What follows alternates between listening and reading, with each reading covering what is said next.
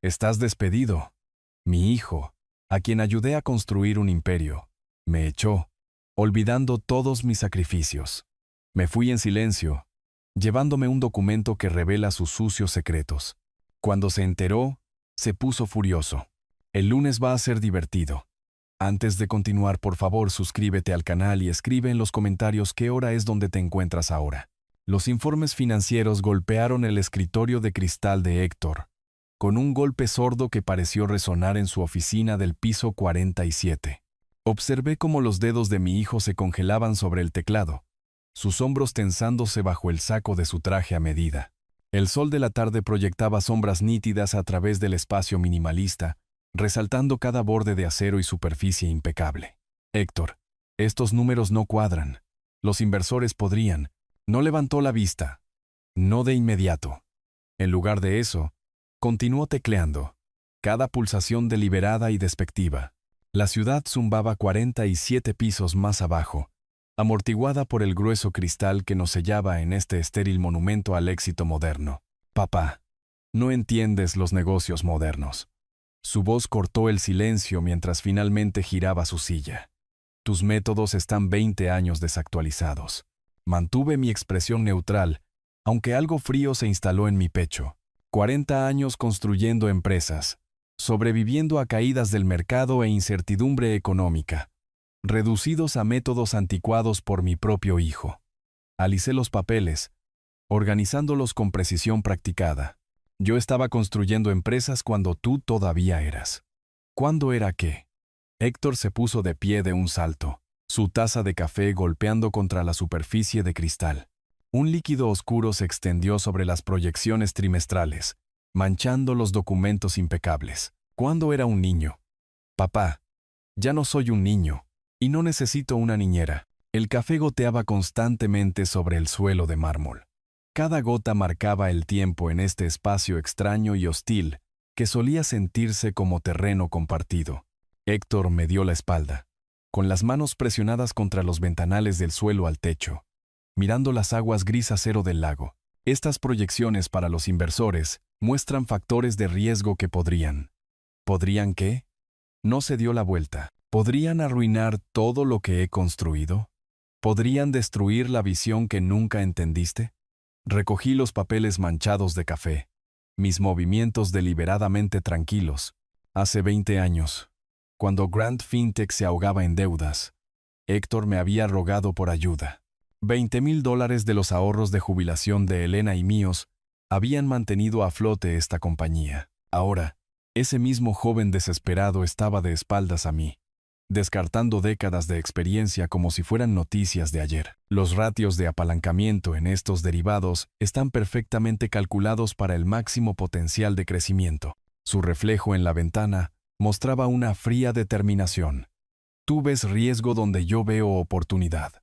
Esa es la diferencia entre tu generación y la mía.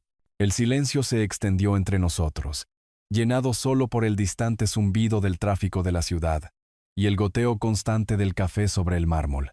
Doblé los documentos manchados, deslizándolos en mi maletín con movimientos que se sentían antiguos, mecánicos. Héctor permaneció junto a la ventana.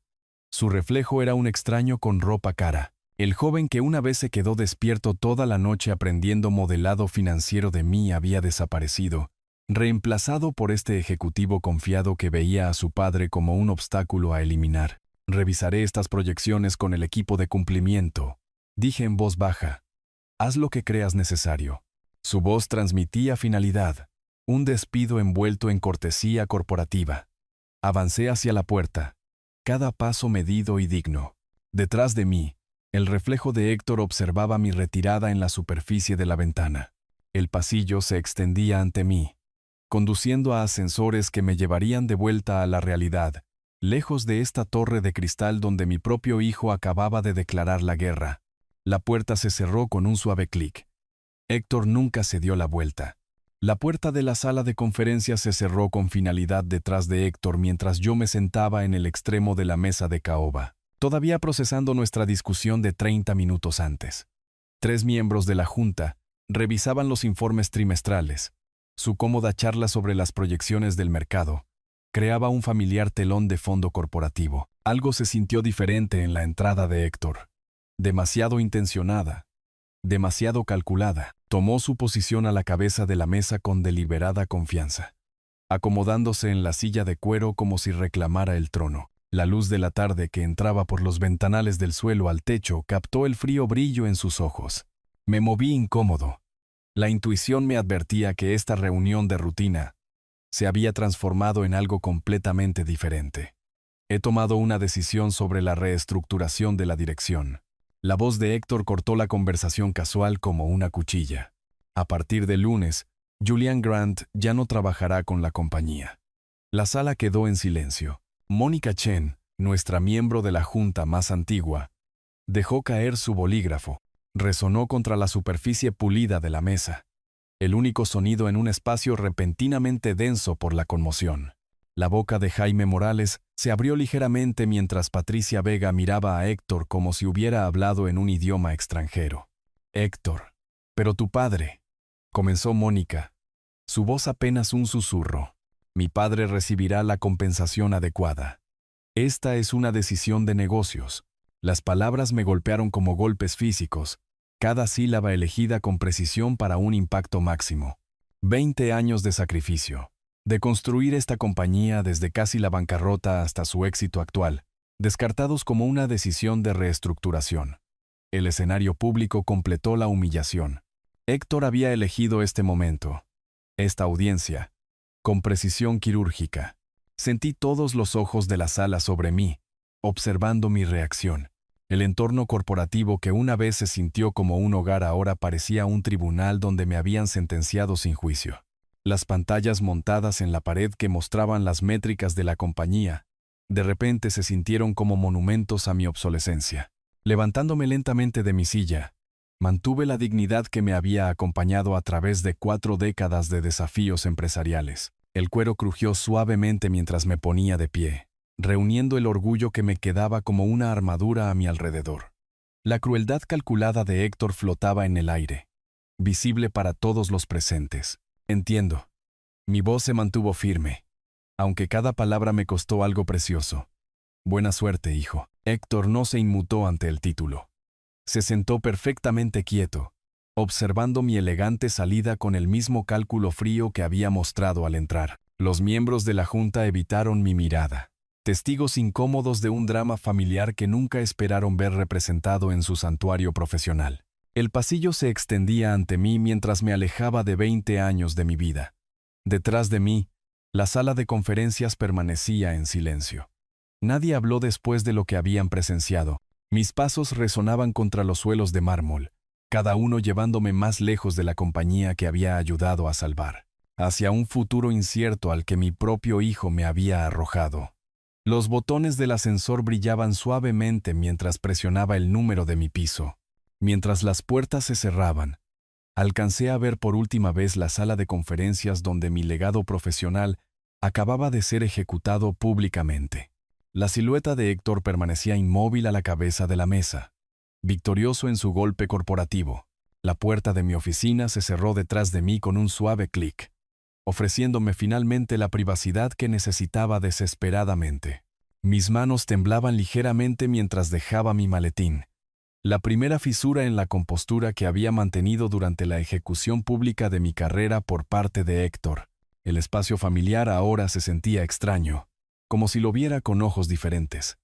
Cajas de cartón estaban apiladas en la esquina. Alguien había anticipado este momento, preparado para mi partida incluso antes de que yo supiera que vendría. La eficiencia de aquello me golpeó como otro golpe más. ¿Cuánto tiempo llevaba Héctor planeando esto? ¿Cuántas personas lo sabían antes que yo? Comencé a colocar mecánicamente objetos personales en la caja más cercana. Fotos familiares que abarcaban décadas fueron lo primero. La graduación de Héctor de la universidad, Elena y yo en nuestro 25º aniversario, los 3 en la celebración del primer trimestre rentable de la compañía. Cada imagen contaba una historia de inversión, sacrificio, amor que aparentemente no significaba nada para mi hijo. Mis dedos encontraron una carpeta de Manila enterrada bajo informes trimestrales. Los documentos dentro estaban amarillentos por el tiempo. Estados financieros de 2008. cuando Grand Fintech se desangraba y enfrentaba la bancarrota. Recordé esa noche desesperada en que Héctor había llamado, su voz quebrándose mientras explicaba lo cerca que estaba la compañía del colapso. Papá, necesito $20,000. Es nuestra única oportunidad. Elena se había preocupado por usar nuestros ahorros de jubilación. Pero yo había creído en él, el joven cuya pasión por la innovación financiera había impresionado incluso a los inversores escépticos, merecía esa oportunidad. Había escrito el cheque sin dudarlo, viendo cómo el alivio de Héctor se transformaba en determinación. El teléfono sonó, sacándome del recuerdo. La voz de Elena transmitía preocupación mezclada con incredulidad. Julián, ¿qué pasó? Mía dijo que hubo una reunión de junta de emergencia y ahora la gente está susurrando. Me hundí en mi silla, mirando las calles de la ciudad mientras se acercaba la noche. Las palabras se sentían como vidrios rotos en mi garganta. Elena, nuestro hijo me despidió, públicamente, frente a todos. Su aguda inhalación de aire se escuchó a través de la línea telefónica. Ay, mi amor, ven a casa. Hablaremos de esto. 20 años, Elena, 20 años le di a esta compañía. Continué empacando con mi mano libre, envolviendo un pequeño premio de bronce en papel de seda. ¿Recuerdas cuando hipotequé nuestra casa para cubrir la nómina durante la recesión? Cuando trabajé 16 horas al día para reconstruir la confianza del cliente después de la caída del mercado? Recuerdo todo, dijo ella suavemente. Salvaste esa compañía más de una vez. Los documentos de 2008 yacían extendidos sobre mi escritorio como evidencia en un caso que apenas comenzaba a construir. Mi inversión de $20,000 había sido el puente que Héctor necesitó para llegar a inversores más grandes. Mis conexiones, mi reputación, mis décadas de relaciones en la industria habían abierto puertas que él no podría haber abierto solo. Lo llamó una decisión de negocios. Continué, organizando los papeles financieros con creciente determinación. Reestructuración, dijo, como si 20 años de sociedad, de mentoría, pudieran reestructurarse como equipo obsoleto. Ven a casa, repitió Elena. Lo resolveremos juntos. Mientras la oscuridad caía sobre la ciudad, permanecí en mi oficina, rodeado de cajas que contenían los artefactos de una vida profesional. La traición ardía en mi pecho, pero debajo del dolor, algo más se estaba formando. Una determinación silenciosa que me sorprendió con su intensidad. Los documentos de 2008 contaban una historia que Héctor aparentemente había olvidado. Pero yo recordaba todo. Cada sacrificio, cada riesgo, cada momento en que mi experiencia y recursos habían salvado su visión. El juego que él había comenzado hoy se jugaría con reglas que él nunca había aprendido. La voz de Elena se desvaneció mientras colgaba el teléfono, dejándome solo en la creciente oscuridad de mi oficina. El cálido círculo de luz de la lámpara se sentía como el último refugio en un mundo que de repente se había vuelto hostil. Alcancé el interruptor de latón, inundando mi escritorio con una luz amarilla que hacía que los papeles esparcidos brillaran como evidencia en un tribunal. La carpeta de Manila marcada como Crisis Financiera 2008. Personal yacía enterrada bajo informes trimestrales que nunca vería completados. Mis dedos trazaron la escritura desvaída. Mi propia letra de hace 17 años, cuando la desesperación tenía un rostro diferente. Una voz más joven suplicando salvación. Dentro, los comprobantes de retiro bancario contaban su propia historia. $20,000. Toda nuestra cuenta de ahorros vaciada en una sola transacción. La firma reacia de Elena aparecía junto a la mía en la autorización de retiro. Su cuidadosa caligrafía traicionando las preocupaciones que había tratado de ocultar durante esas conversaciones de cocina a altas horas de la noche. Si no me ayudas, lo perderé todo. La voz de Héctor resonó desde el recuerdo mientras sostenía su plan de negocios original. Sus anotaciones desesperadas cubrían los márgenes. Cálculos, proyecciones, promesas escritas con la letra temblorosa de un hombre que enfrenta la ruina financiera. Las manchas de lágrimas se habían secado hacía tiempo, pero recordaba cómo se le había quebrado la voz esa noche. El acuerdo de préstamo llevaba nuestras dos firmas. La mía, firme y confiada a pesar del riesgo. La suya, temblando de gratitud y promesas solemnes.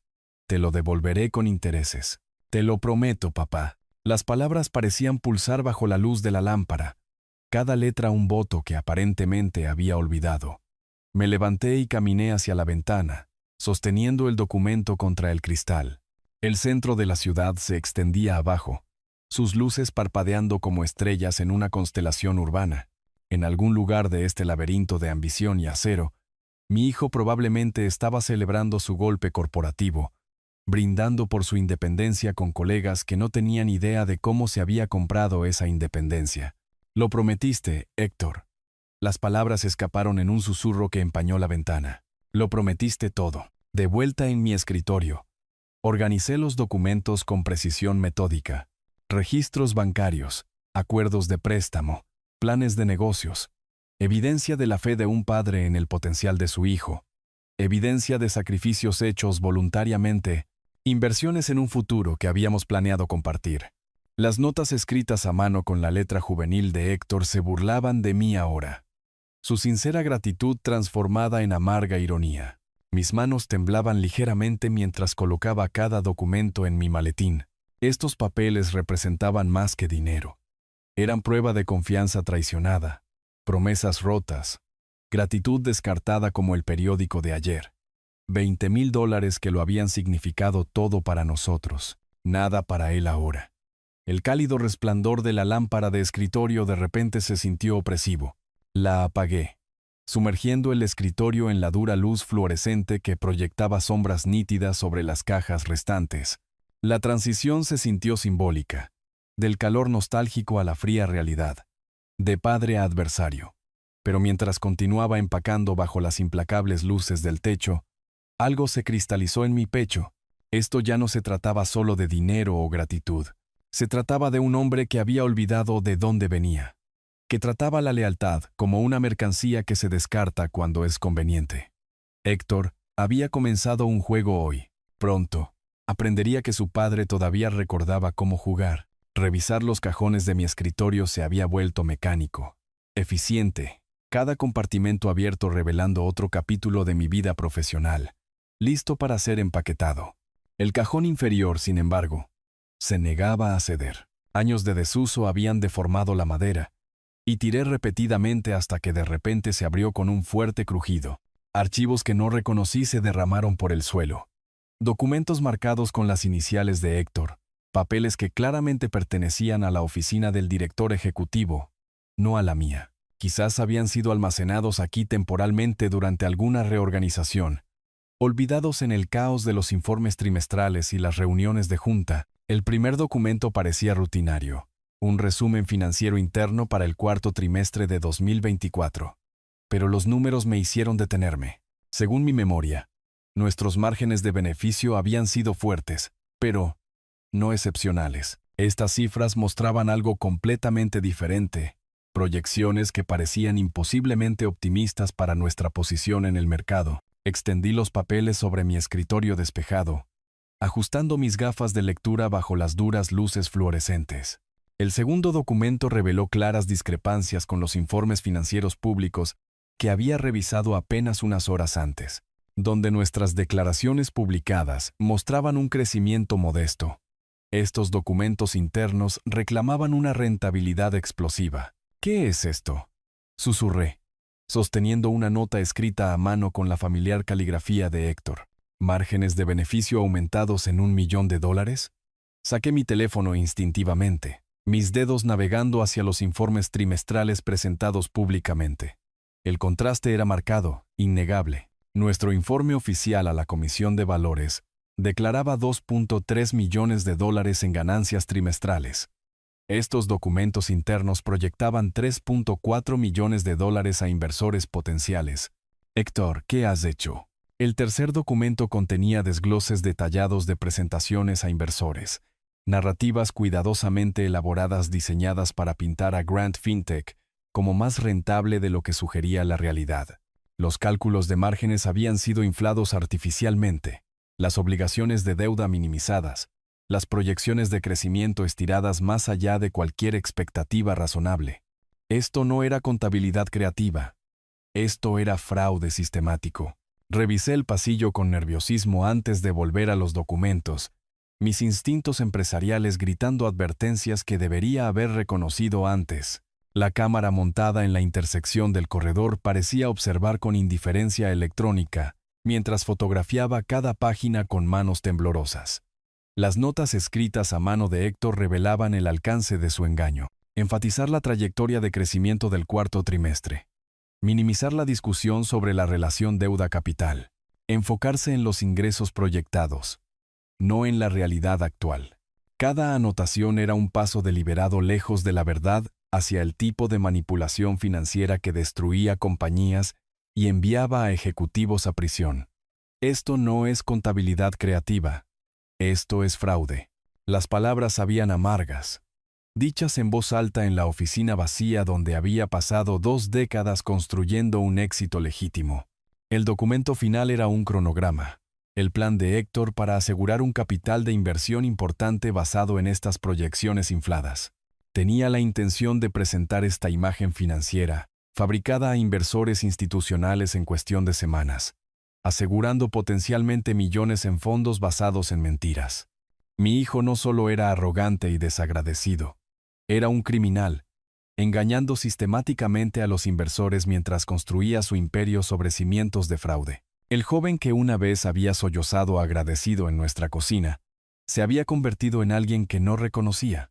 Alguien dispuesto a destruir a inversores inocentes para alimentar su ambición. Guardé cada documento cuidadosamente en mi maletín, junto a los papeles de 2008 que contaban una historia tan diferente.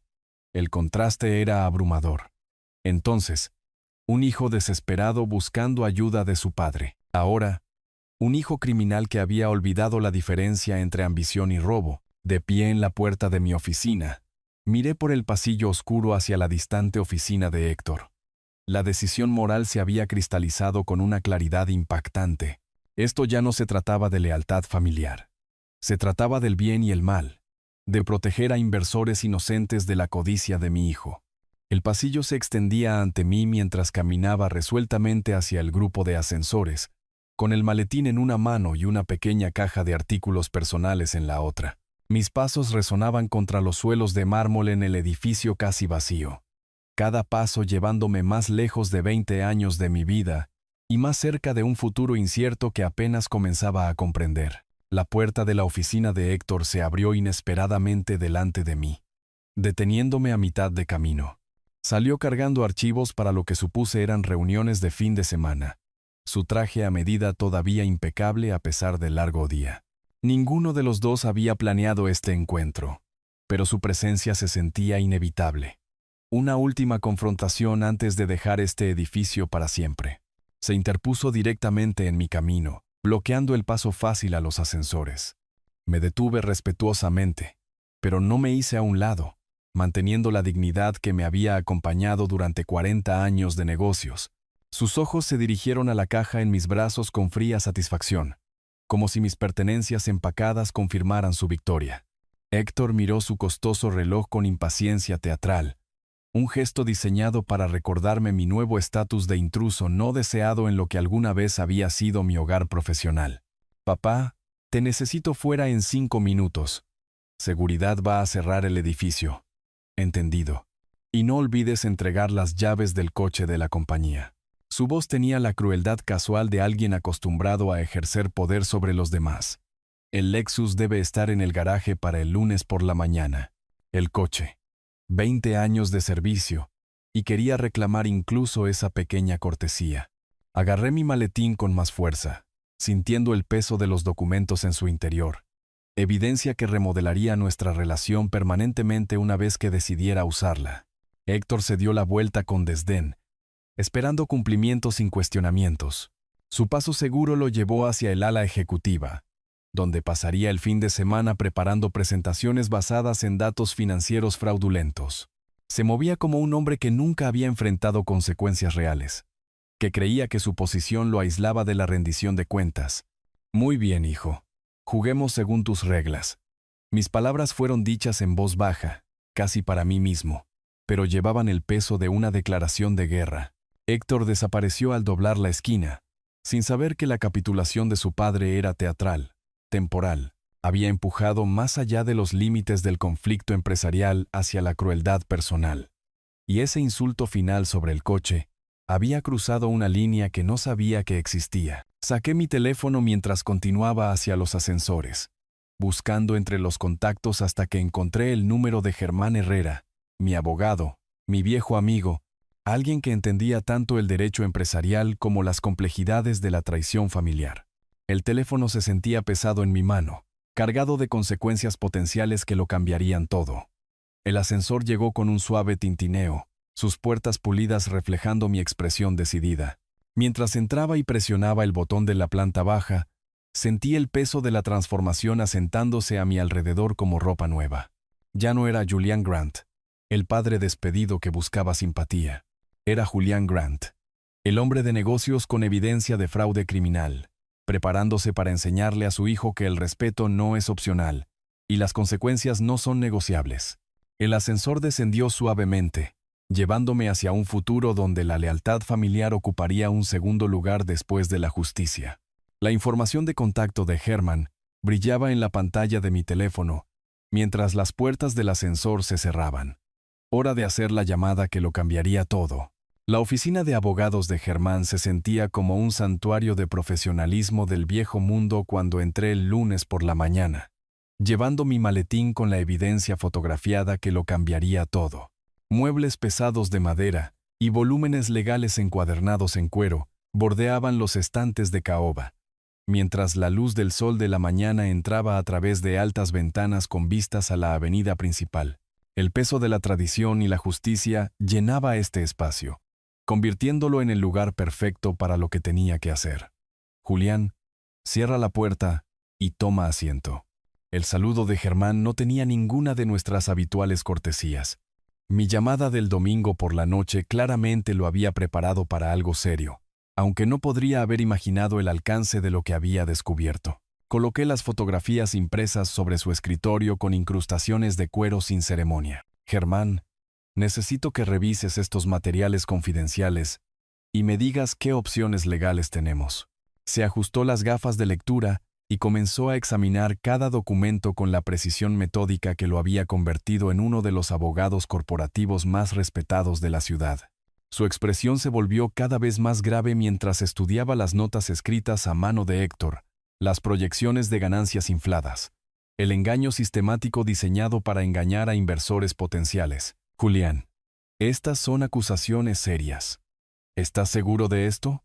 Su voz tenía el peso de alguien que entendía el derecho penal federal.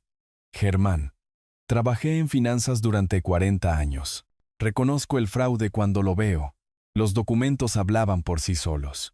Informes internos que mostraban un conjunto de números, mientras que los archivos de la Comisión de Valores mostraban cifras completamente diferentes, presentaciones para inversores construidas sobre datos financieros fabricados.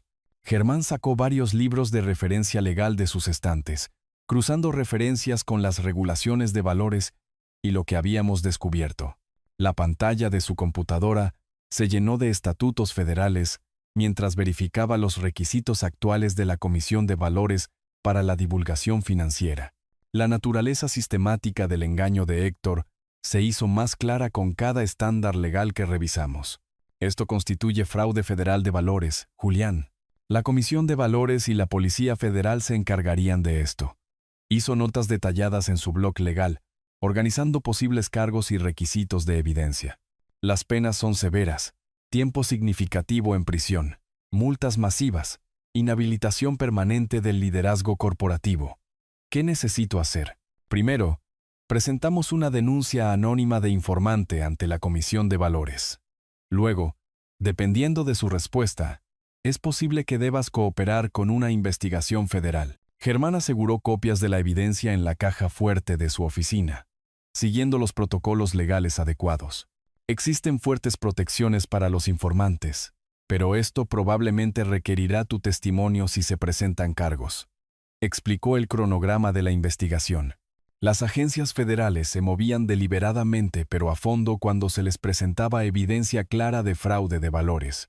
El proceso podría llevar semanas o meses, pero el engaño sistemático de Héctor proporcionaba exactamente el tipo de documentación que los fiscales necesitaban para condenas exitosas. ¿Entiendes que esto destruirá su carrera permanentemente? La pregunta de Germán tenía el peso de la amistad, el consejo legal y el reconocimiento de las implicaciones familiares. Una vez que se presenten cargos federales, no hay vuelta atrás. Pensé en el rostro preocupado de Elena, en el joven que una vez había sollozado agradecido en nuestra cocina, en el ejecutivo arrogante que me había humillado públicamente días antes. La evidencia esparcida sobre el escritorio de Germán contaba la historia de un hijo que había olvidado la diferencia entre ambición y criminalidad. Agenda la reunión con la Policía Federal, Germán. Algunas lecciones solo se pueden aprender por las malas. El martes por la tarde me encontraba navegando por la seguridad del edificio federal con la precisión nerviosa de alguien que entra en territorio desconocido. Detectores de metal, verificación de identidad y guardias con insignias creaban una atmósfera de autoridad institucional que hacía que mi misión se sintiera oficial e irreversible. La agente Ramírez había programado nuestra reunión para las 2 de la tarde después de revisar mi denuncia preliminar presentada esa mañana. La oficina de campo de la Policía Federal ocupaba varios pisos del edificio federal. Sus muebles estándar de gobierno y la bandera nacional creaban un ambiente de propósito serio. La agente Ramírez, una mujer de unos 45 años con el porte de alguien acostumbrado a crímenes financieros complejos, me acompañó a una sala de entrevistas equipada con equipo de grabación. Señor Grant, quiero explicarle nuestros procedimientos antes de comenzar. Su tono profesional no tenía juicio, solo minuciosidad metódica. Esta entrevista será grabada, y usted tiene derecho a que su abogado esté presente. Está aquí voluntariamente para proporcionar información sobre posibles crímenes federales. Asentí comprendiendo, habiendo discutido estos procedimientos con Germán el día anterior. La carpeta de Manila que contenía mi evidencia estaba entre nosotros como un puente entre la sospecha y la prueba, entre la lealtad familiar y la justicia penal. Estas son acusaciones serias contra su hijo, señor Grant. Necesito que me explique exactamente cómo descubrió esta evidencia. Agente Ramírez, los hechos hablan por sí solos. Abrí la carpeta y comencé la presentación sistemática de cada documento, explicando el contexto del descubrimiento mientras ella fotografiaba y catalogaba cada pieza de evidencia. Las proyecciones de ganancias infladas, las presentaciones falsificadas para inversores, las notas escritas a mano que documentaban el engaño deliberado. Cada elemento añadía peso al caso federal. Me interrogó a fondo sobre mis antecedentes, mi relación con Héctor, mi conocimiento de las operaciones de Grant FinTech. Mis 40 años de experiencia empresarial proporcionaban credibilidad, mientras que mi inversión personal en la supervivencia de la compañía en 2008 establecía tanto el motivo como la oportunidad para descubrir el fraude. Necesitaremos tiempo para la verificación independiente de estas acusaciones. La agente Ramírez aseguró los documentos originales en bolsas de evidencia, siguiendo la cadena de custodia federal. Durante nuestra investigación, usted no puede contactar al sujeto ni discutir este asunto con nadie excepto su abogado. Entendido. Estoy preparado para cooperar plenamente. Explicó el cronograma de la investigación. Las agencias federales verificarían la autenticidad de los documentos. Los cruzarían con los archivos de la Comisión de Valores. Potencialmente entrevistarían a otros empleados de la compañía. Si la evidencia respaldaba cargos criminales, Héctor sería arrestado y enfrentaría un juicio federal por fraude de valores. ¿Está preparado para testificar en un tribunal federal si este caso va a juicio? Su pregunta tenía el peso del compromiso final. El entendimiento de que mi cooperación me convertiría en un testigo clave en la posible condena de mi hijo. El equipo de grabación zumbaba suavemente mientras firmaba la declaración formal de testigo y el acuerdo de cooperación. Cada firma marcaba otro paso lejos de la lealtad familiar hacia la justicia federal. Pero el engaño sistemático de Héctor a inversores inocentes exigía una rendición de cuentas que trascendía las relaciones personales. Saliendo del edificio federal 1 hora después, llevaba la tarjeta de presentación de la agente Ramírez y una copia de mi declaración de testigo. El peso de la autoridad institucional me siguió hasta el garaje de estacionamiento, donde me senté en mi coche durante varios minutos procesando lo que acababa de iniciar. Mirando hacia atrás a la imponente fachada del edificio federal, comprendí que no había retirada de este camino. Héctor había elegido el engaño sobre la integridad. y la justicia federal proporcionaría la educación que yo no había logrado darle.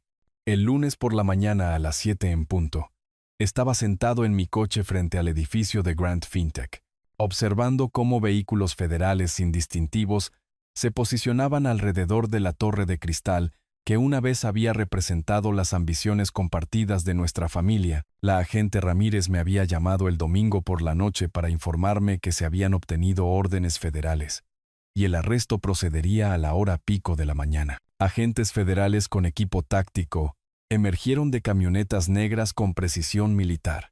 Sus movimientos coordinados por comunicación por radio y años de experiencia ejecutando operaciones federales. La visión de las fuerzas del orden federales preparándose para arrestar a mi hijo creó una compleja mezcla de vindicación y angustia paternal que no había anticipado. El BMW plateado de Héctor entró en el área de estacionamiento ejecutivo exactamente a las 7:15. Su puntualidad, jugándole una mala pasada por una vez, salió cargando archivos para reuniones con inversores programadas durante toda la semana, completamente inconsciente de que los agentes federales ya estaban asegurando las entradas y los bancos de ascensores del edificio. El vestíbulo se llenó de agentes federales mientras Héctor se acercaba a la entrada principal, su presencia creando un caos controlado que alteró inmediatamente la rutina matutina del edificio. Los trabajadores de oficina que llegaban para un lunes normal de trabajo se encontraron redirigidos por agentes que mantenían la seguridad del perímetro alrededor de lo que se había convertido en la escena de un crimen federal. La agente Ramírez se posicionó cerca del banco de ascensores cuando Héctor entró en el vestíbulo, su paso seguro llevándolo directamente hacia la confrontación que pondría fin a su empresa criminal permanentemente. La operación federal se desarrolló con eficiencia mecánica, sin drama, sin fuerza excesiva. Solo la aplicación de la ley profesional ejecutando órdenes legales. Héctor Grant está bajo arresto por fraude federal de valores. La voz de la agente Ramírez se escuchó claramente en el vestíbulo de mármol mientras mostraba sus credenciales y la orden de arresto. Tiene derecho a permanecer en silencio. Cualquier cosa que diga puede y será usada en su contra en un tribunal federal. Esto es un error. Llamen a mi abogado inmediatamente. La voz de Héctor se quebró con incredulidad mientras las esposas se cerraban alrededor de sus muñecas. El ejecutivo arrogante que me había humillado públicamente 10 días antes, ahora enfrentaba cargos criminales federales basados en la evidencia que yo había proporcionado. Mía Torres salió del banco de ascensores con otros miembros del personal que llegaban temprano. Su rostro mostraba una conmoción genuina ante la operación federal que se desarrollaba en su lugar de trabajo. ¿Qué está pasando aquí? ¿Dónde está el señor Julián? Su lealtad hacia mí, incluso en el caos, proporcionó un consuelo inesperado. Investigación federal sobre fraude financiero, señora. La respuesta del agente fue profesional, final, sin ofrecer detalles adicionales sobre procedimientos criminales en curso. Agentes federales aseguraron simultáneamente las oficinas de Grand Fintech, incautando computadoras y registros financieros que proporcionarían evidencia adicional del engaño sistemático de Héctor. La naturaleza metódica de la recolección de evidencia federal transformó nuestro antiguo lugar de trabajo en una escena del crimen documentada. Desde mi punto de observación distante, vi a Héctor siendo escoltado a través del vestíbulo con esposas, su traje caro y su comportamiento confiado reemplazados por la realidad del procesamiento penal federal. El paseo a través de la entrada de cristal del edificio probablemente aparecería en las noticias de la noche, completando su humillación pública. Las camionetas de los medios comenzaron a llegar a medida que se corría la voz sobre la operación federal, sus cámaras capturando el arresto de un prominente hombre de negocios de la ciudad por fraude de valores. La historia dominaría las noticias financieras durante días, una advertencia sobre la codicia corporativa y el largo alcance de la justicia federal. Mientras Héctor desaparecía en un vehículo de transporte federal, arranqué mi coche y me alejé lentamente de la escena. Se había hecho justicia. Pero ver el arresto de mi hijo creó una complejidad emocional que no había esperado. La vindicación se sentía vacía, eclipsada por el reconocimiento de que nuestra familia nunca se recuperaría de los eventos de esta mañana. La investigación de la agente Ramírez había pasado rápidamente de la revisión de pruebas a la orden de arresto. demostrando que la arrogancia de Héctor finalmente había encontrado consecuencias que no podía manipular o descartar. El sistema federal no tenía tolerancia para el fraude de valores, independientemente de las conexiones familiares o el privilegio ejecutivo. Habían pasado 2 meses desde el arresto de Héctor, cuando atravesé los detectores de metal del Tribunal Federal para lo que se convertiría en el día más difícil de mi vida. Mis pasos resonaban contra los suelos de mármol mientras los alguaciles armados me dirigían hacia la sala del Tribunal 415, donde testificaría contra mi propio hijo en un proceso penal federal. Los paneles de madera oscura y la atmósfera formal de la sala creaban una sensación de gravedad institucional que hacía que las relaciones familiares parecieran secundarias a la justicia. Héctor estaba sentado en la mesa de los acusados con un mono de prisión naranja, sus trajes caros y su confianza corporativa reemplazados por la realidad de la detención federal. Elena ocupaba un asiento en la galería detrás de mí, vestida formalmente pero cargando el peso de una madre viendo a su familia destruirse a sí misma. Por favor, levante su mano derecha. Las palabras del secretario del tribunal tenían un tono de finalidad mientras me acercaba al estrado de los testigos. El juramento se sintió más pesado de lo habitual, sabiendo que estaba jurando decir la verdad sobre las actividades criminales de mi hijo ante un jurado de 12 ciudadanos que decidirían su destino. Señor Grant, ¿cómo descubrió estos documentos?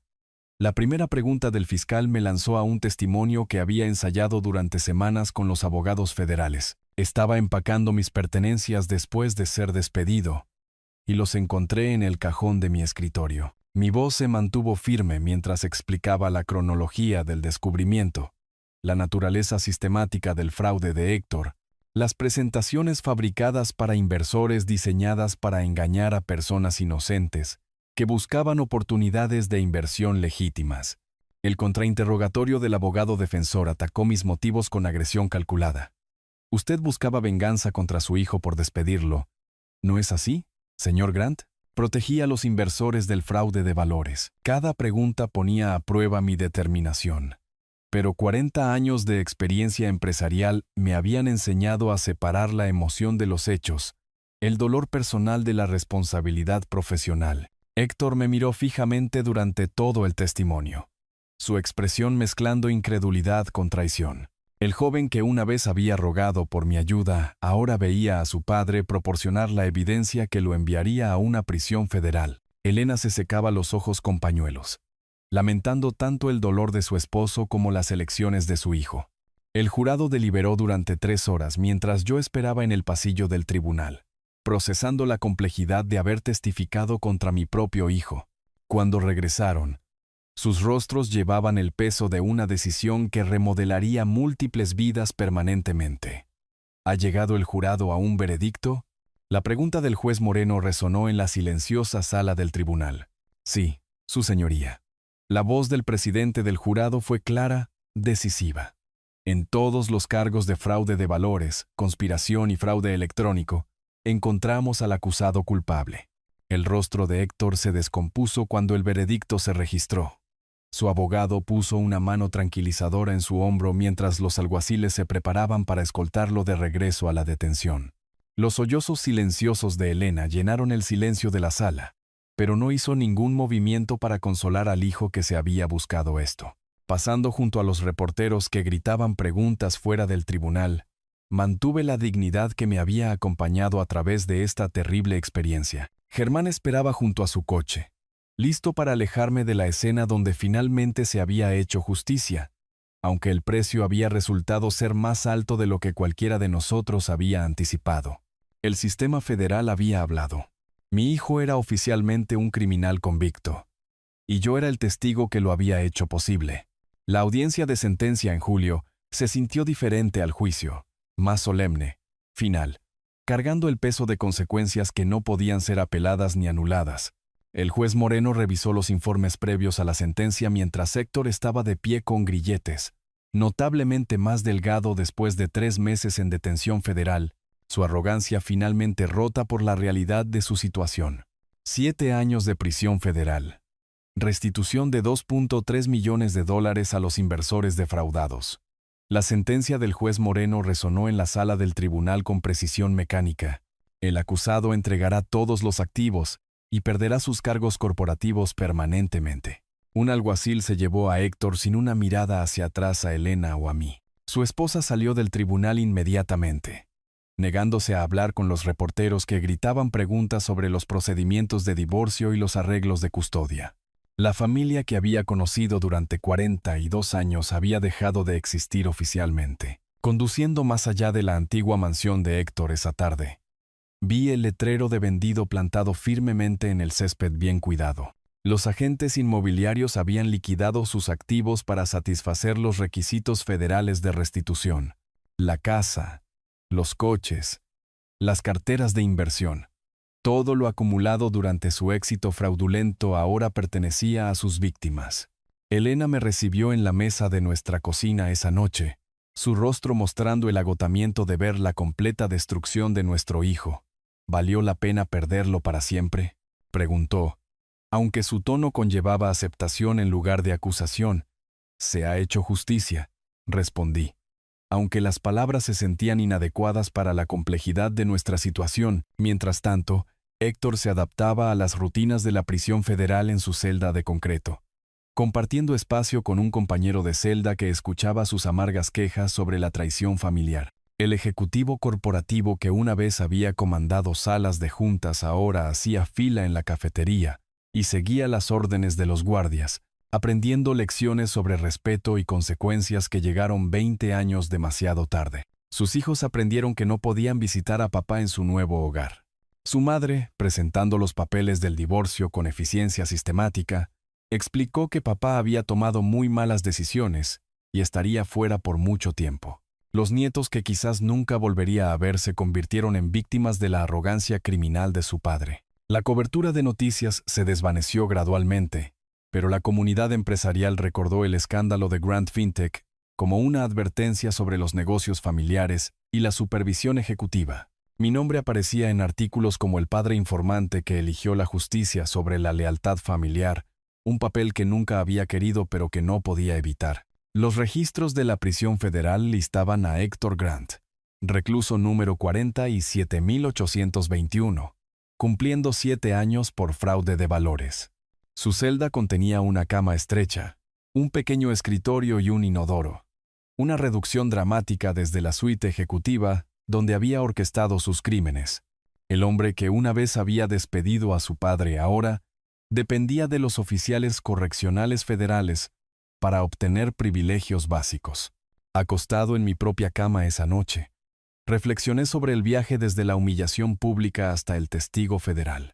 Elena dormía pacíficamente a mi lado, habiendo hecho las paces con nuestras elecciones y sus consecuencias.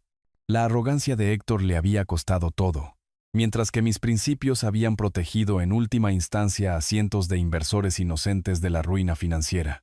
El precio de la justicia había resultado ser más alto de lo anticipado. Pero algunas lecciones solo podían aprenderse a través de consecuencias que no podían ser negociadas, apeladas o descartadas. La prisión federal le proporcionaría a Héctor 7 años para contemplar la diferencia entre ambición y criminalidad. La luz del atardecer de agosto se filtraba a través de nuestro jardín trasero mientras organizaba sillas para la reunión que Germán había sugerido. Una celebración tranquila de vindicación entre amigos que habían creído en mi integridad durante todo el calvario. Elena se movía eficientemente entre la cocina y el patio, preparando comida con la satisfacción de una mujer cuyo esposo había sido exonerado públicamente. Guirnaldas de luces colgadas entre robles maduros creaban una atmósfera cálida que se sentía como la vida normal, regresando después de meses de procedimientos federales y trauma familiar. Las velas de citronela brindaban protección contra los mosquitos, mientras proyectaban sombras suaves sobre nuestra modesta pero bien cuidada propiedad en las afueras. Germán llegó con su esposa, trayendo champán y luciendo la expresión satisfecha de un abogado cuyo cliente había logrado una vindicación completa. Antiguos colegas que inicialmente habían dudado de mis acusaciones ahora ofrecían apretones de manos y felicitaciones, su respeto restaurado por los procedimientos del Tribunal Federal que habían demostrado que cada acusación era precisa. Salvaste a cientos de inversores de perder los ahorros de su jubilación, anunció Germán durante su brindis, levantando su copa hacia el cielo del atardecer. Eso requirió un coraje que la mayoría de la gente no posee. Elena estaba a mi lado con genuino orgullo, su mano descansando ligeramente sobre mi brazo mientras los amigos reconocían el costo personal de mi decisión de cooperar con las autoridades federales. La mujer que se había preocupado por usar nuestros ahorros en 2008 ahora celebraba la voluntad de su esposo de sacrificar las relaciones familiares por principios. La justicia a veces llega tarde, pero llega. Mi respuesta al brindis de Germán llevaba el peso de la experiencia, la pérdida y la sabiduría ganada con esfuerzo sobre el precio de la integridad en las relaciones familiares. A medida que los invitados se marchaban gradualmente, Elena y yo limpiamos juntos con la cómoda eficiencia de una pareja que había capeado una tormenta inesperada y había salido más fuerte. La velada había proporcionado un cierre a un capítulo que comenzó con humillación profesional y terminó con vindicación moral. Sentados en las sillas de nuestro jardín mientras las estrellas emergían en lo alto, reflexionamos sobre el viaje desde el golpe corporativo de Héctor hasta la condena federal. El costo había sido enorme. Un hijo perdido, nietos distanciados, relaciones familiares destruidas permanentemente, pero la alternativa había sido la complicidad en crímenes que habrían devastado a inversores inocentes. «Estoy orgullosa de ti», dijo Elena en voz baja, su voz llevando la autoridad de una mujer que había visto a su esposo elegir la difícil integridad sobre la conveniente lealtad familiar. «Hiciste lo correcto sin importar el precio. La verdad, de hecho, había valido todo lo que costó». El éxito fraudulento de Héctor se había construido sobre cimientos de engaño que eventualmente se habrían derrumbado, llevándose a cientos de inversores con él. Mi intervención había protegido a esas personas inocentes mientras le enseñaba a mi hijo que el respeto y la honestidad no eran opcionales, ni siquiera en las relaciones familiares. La prisión federal le proporcionaría a Héctor 7 años para considerar la diferencia entre el logro legítimo y la empresa criminal. Quizás algún día los nietos entenderían que su abuelo había elegido los principios sobre la comodidad familiar, la justicia sobre la conveniencia personal. Esta noche, bajo estrellas que habían sido testigos tanto de nuestro mayor triunfo familiar como de su fracaso más devastador, Elena y yo nos sentamos juntos en la paz que proviene de saber que habíamos actuado con integridad cuando la integridad más importaba. Si te gustó esta historia, por favor, dale me gusta a este video. Suscríbete al canal y comparte tus impresiones sobre esta historia en los comentarios. Para escuchar la siguiente historia, haz clic en el cuadro de la izquierda. Gracias por vernos.